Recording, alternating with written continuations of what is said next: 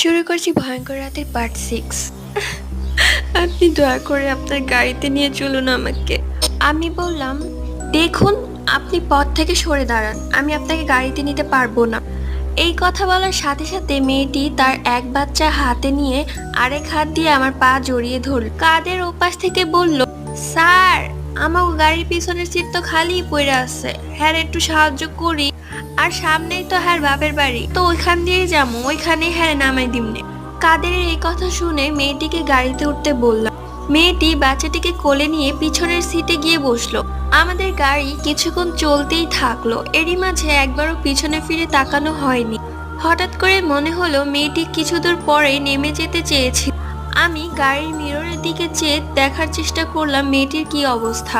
আমি একটু ভালোভাবে আয়নার দিকে চোখ দিলাম, দেখলাম দুটো লাল চোখ দেখা যায়। পরবর্তী গল্প পার্ট 7-এ। Bye bye.